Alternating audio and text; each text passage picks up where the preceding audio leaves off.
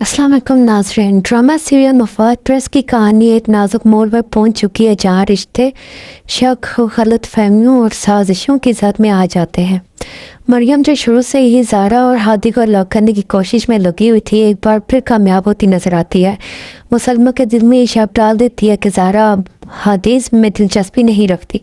उसके बकवास ज़ारा का रवैया बदल चुका है और वो हादी की मोहब्बत को कोई कदर नहीं देती। अगरचे सलमा मरियम की बातों को मानने से इनकार करती है, मगर मरियम की जहरीली बातें हादी के दिल में घर कर जाती हैं।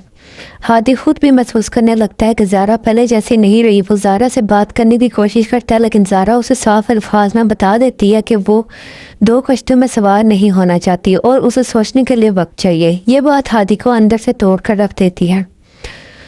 मरियम मौके का फ़ायदा उठाते हुए हादी को मज़ीद भड़काती है और उसे यकीन दिलाती है कि ज़ारा इससे मोहब्बत नहीं करती। वो हादी को खबरदार करती है कि एक तरफा मोहब्बत का अंजाम हमेशा पछतावा होता है। दूसरी जानिब ज़ारा अपने वालिद अदील के सामने टूट जाती है और बताती है कि हादी उसके सामने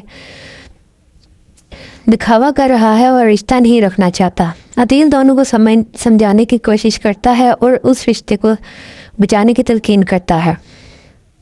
इधर एक और माल पर मैरू की ब्लैकमेलिंग काम कर जाती है। जैन की बीमारी और दबाव के बायस फरा मजबूर होकर प्रॉपर्टी मैरू के नाम करने पर आमादा हो जाती है। मैरू खुद को फतह समझने लगती है, मगर किस्मत को कुछ और ही मंजूर था।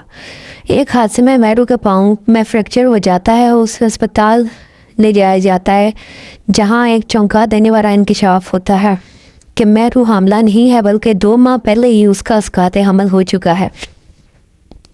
ये सच सामने आते ही फरा का गुस्सा फट पड़ता है। वो मैरू को धोखेबाज करार देकर घर से निकालने का फैसला करती है।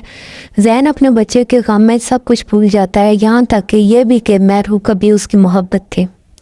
अब सवाल ये है कि क्या ज़ारा और हादी का रिश्ता बच पाएगा? क्या मैरू को उसके फ़रेब की सज़ा मिलेगी? आने वाले एक साथ में ये सब राज खुलेंगे, और जानने के लिए हमारे चैनल को लाइक एंड सब्सक्राइब करते हैं।